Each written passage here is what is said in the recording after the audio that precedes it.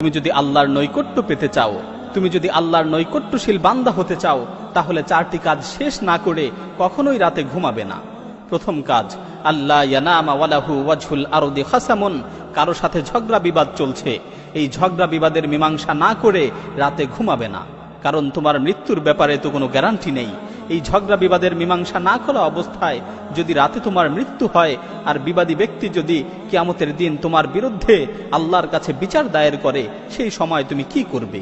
দ্বিতীয় কাজ, লা ইয়ামবাগি লাহু আন ইয়ানামা ওয়া ক্বাদ বাকিয়া আলাইহি ফারদুম মিন ফারাইদিল্লাহ, কোনো ফরজ কাজ বাকি রেখে রাতে ঘুমাবে না।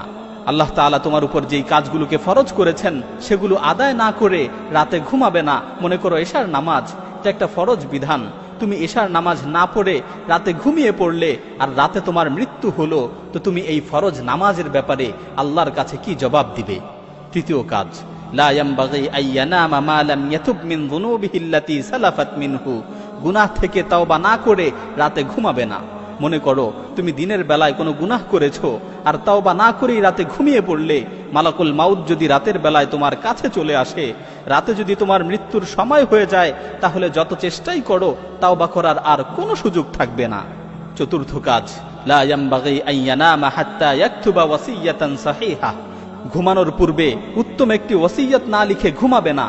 কারণ তোমার মৃত্যুর তো কোনো নিশ্চয়তা নেই। রাতের বেলায় যদি তুমি মৃত্যুবরণ করো, তাহলে ওসিয়ত করার আর কোনো সুযোগ থাকবে না, তাহলে ওসিয়ত করার আর কোনো সুযোগ পাবে না।